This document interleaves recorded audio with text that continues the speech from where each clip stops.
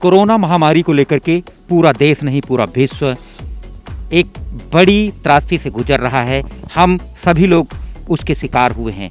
हम पूरे देश और अपने प्रदेश की बात नहीं करेंगे, लेकिन हम अपने ज़िले रायबरेली की बात करेंगे। रायबरेली यूँ तो अगर राजनीतिक इसको परिदृश्य से देखा जाए तो बहुत बड़ा नाम रहा है, क्योंकि यहाँ से इंदिरा गांधी पूर्व प्रधानमंत्री रहीं, राजीव गांधी का भी आना जाना रहा और वर्तमान में यहाँ की सांसद सोनिया गांधी हैं। सोनिया गांधी यानी कांग्रेस बड़ी हस्ती हैं और अध्यक्ष भी रही हैं। लेकिन पिछले जो एक महीने से यानी 15 अप्रैल के बाद से हम रायबरेली में कोरोना महामारी के लिए क्या किया गया, कैसा यहाँ के गाँव की स्थिति क्या है और यहाँ की स्वास्थ्य सुविधाएँ क्या हैं, तो हमारे साथ यहाँ के एक समाज सेवी हैं विजय बहादुर सिंह। उनसे जानते हैं कि रायबरेली में जो ये कोरोना महामारी को लेकर के बहुत सरकार कहती है कि हमने बड़ा काम किया और जबकि ज़मीन पर कुछ नहीं दिखता, यहाँ जो गंगा का किनारा है वहाँ लाशें ही लाशें नज़र आ रही हैं।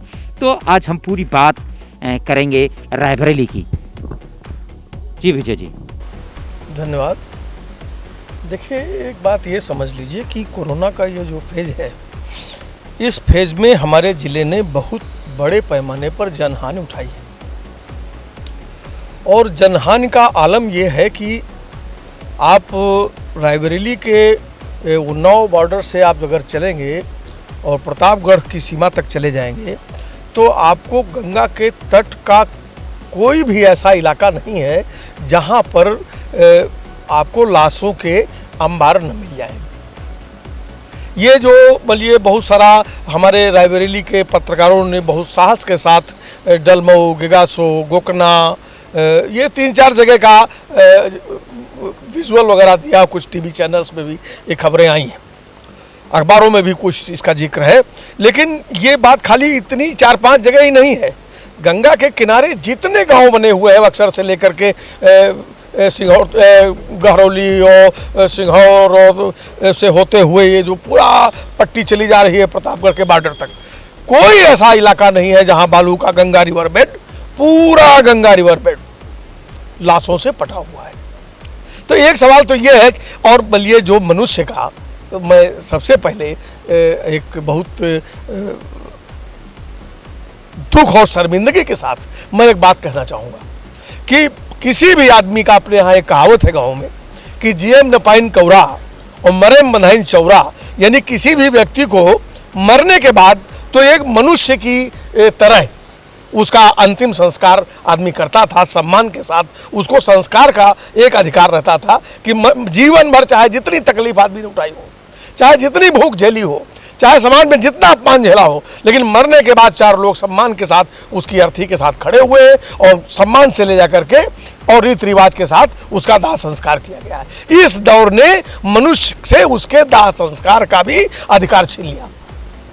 इतने बड़े पैमाने पर मौत हुई।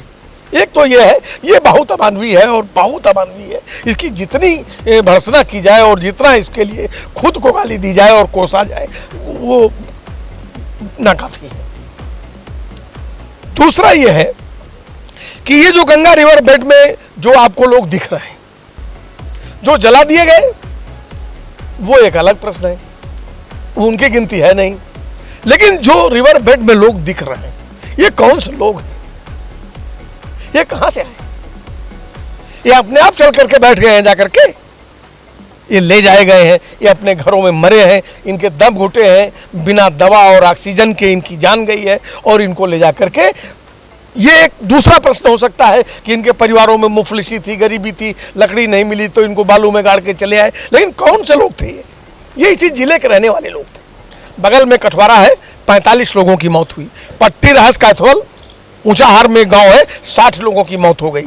अभी कल बछरावा की एक गांव की कोई चर्चा हो रही है जिस गांव में 50 लोगों की मौत हो गई। रायबरेली में सत्यनगर के अंदर 20 लोगों की मौत हो गई। बस्तीपुर में जो है 24 लोगों की मौत हो गई। सुल्तानपुर खेड़ा में 17 धन 30 में 20 लोगों की मौत हो गई। जो जिले का स्वास्थ्य विभाग है वो और जिला प्रशासन बड़े बड़े दावे करता है कि हमने ये कर दिया वो कर दिया।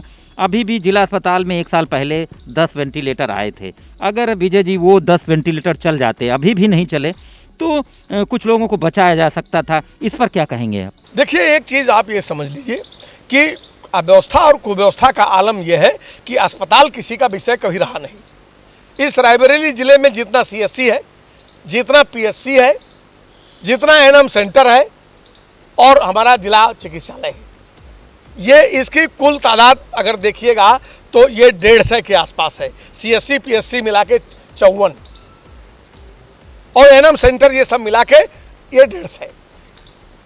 इनकी क्या दशा है? एएनएम सेंटर में बेर के पेड़ खड़े हैं, लोग भूसा रख रहे हैं, जानवर बांधते हैं।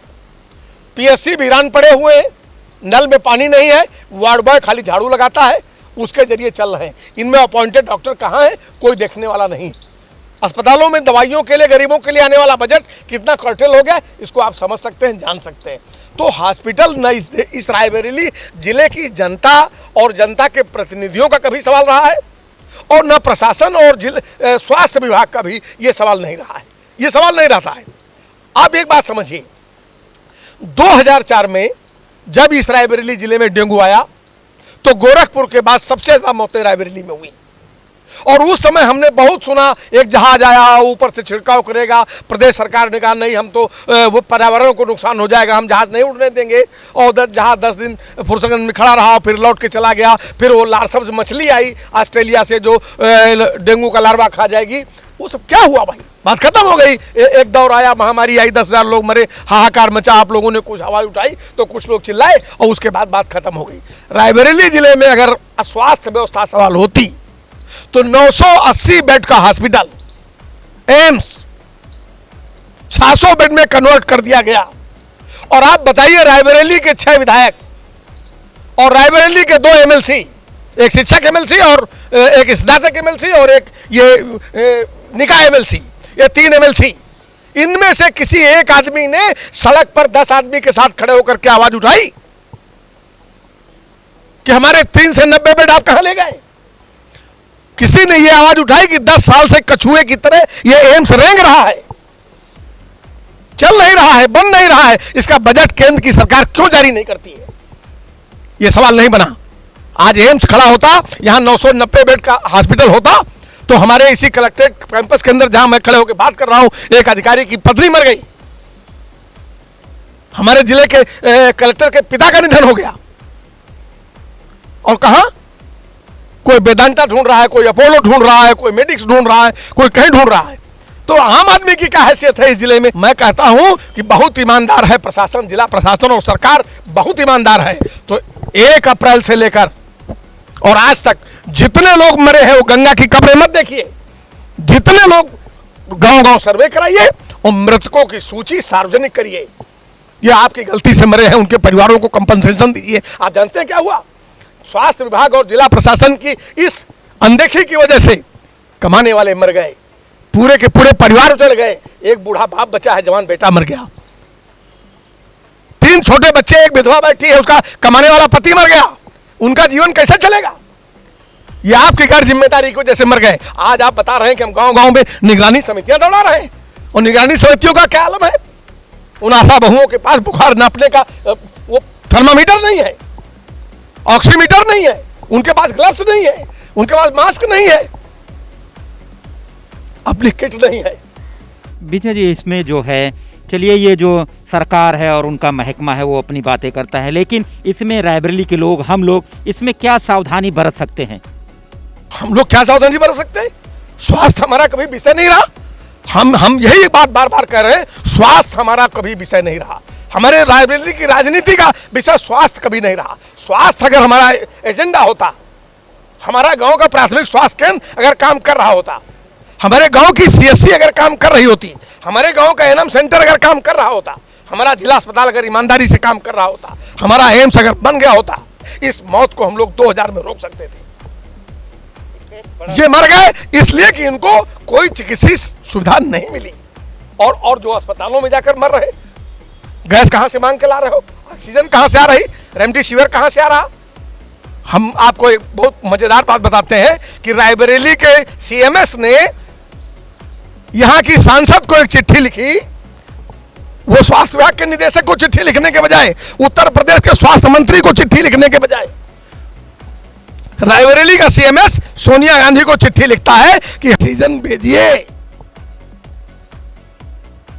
क्या मजाक है यार, सरकारें आप चला रहे हैं। और इस दौर में बहुत सारे दानदाता पैदा हो गए। हम सुन रहे हैं कोई 2 करोड़ अपने खाते से दिए दे रहा, कोई 50 लाख अपने खाते से दिए दे रहा। एक बात बताइए, मेरा एक पलट के प्रश्न है, रायबरेली के सारे एमएलसी और एमएलए सबके घर हो आइएगा, पिछले 10 साल में जितने रहे हो, 15 साल में जब से ये निधियां आई हैं, प्राइवेट स्कूलों को आप अपनी निधि देते हैं। किसी ने अपनी निधि से किसी प्राथमिक स्वास्थ्य केंद्र में एक कमरा बनवाया? किसी ने भी एक वार्ड बनवाया कहीं कि ये हमारी निधि है, इसे एक वार्ड बनाइए अस्पताल में? आप प्राइवेट स्कूल वाले को देंगे इसलिए को कमरा बनाएगा, 20% 25% एडवांस तुमको अपने घर में दे जाएगा, कमीशन का खेल करते हैं।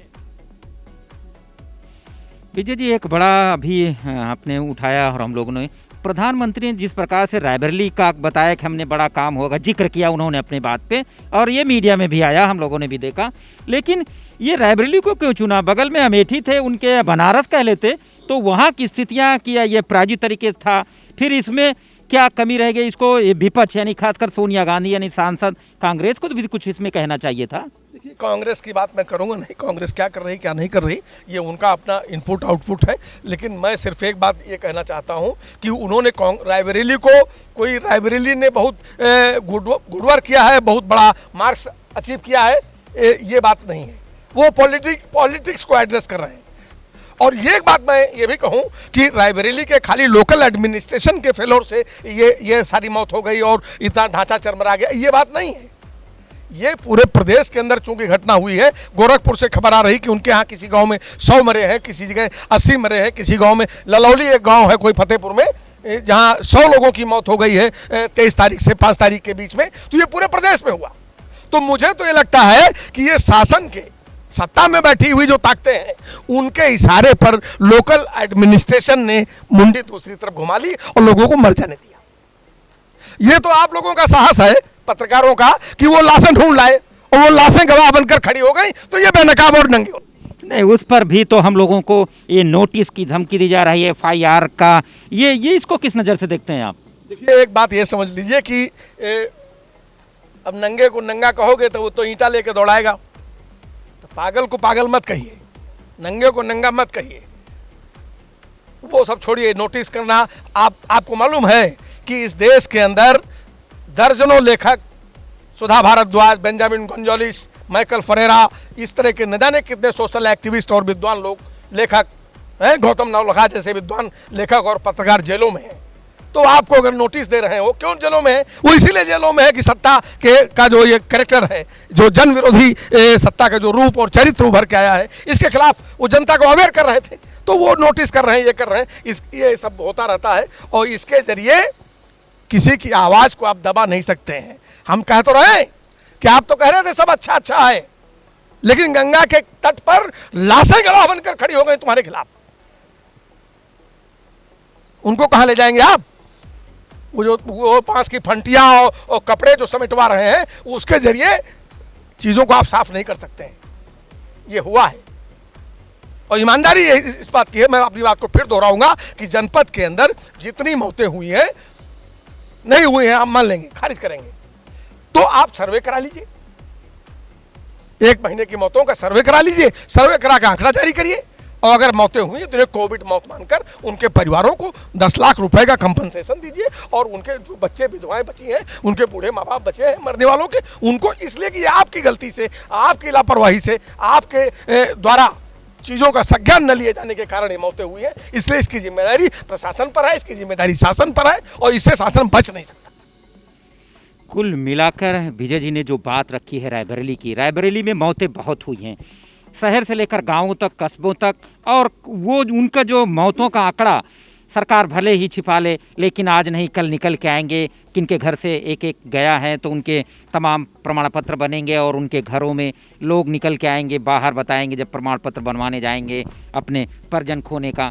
उसको भी दरकिनार कर लिया जाए। अगर वर्तमान में गंगा के किनारे जो 100 पड़े हुए हैं, लाशें तैर रही हैं, अगर उनको सही माने में गिन लिया जाए तो सरकार कि जो सरकारी सभी दस्तावेज आंकड़े और इनका जो स्वास्थ्य महकमा और जो उनके अच्छे अच्छे अधिकारी जो बंद कमरों में बड़ी बड़ी बातें करते हैं और उल्टा अगर कोई इस तरह की खबरें निकालता है वो मीडिया के कर्मी उन पर जो बातें कहते हैं कि धमकी ही मान लिया जाए कि FIR होगी, फिर उनको यह किया जाएगा या लालच दिया जाएगा। ये सब चलन रायबरेली का नहीं है, मुझे लगता है पूरे देश का होगा, यूपी का होगा, अन्य ज़िलों का होगा। लेकिन ये बीमारी चाहती सरकार तो कुछ बच सकते थे, उनका जो सिस्टम था वो भी आ जाता और सबको तालमेल बैठा के काम करता, तो हम लोगों के बीच से जो लोग हमेशा के लिए चले गए हैं उनको कम से कम कुछ लोगों को तो बचाया जा सकता था। फिलहाल अभी यहीं तक।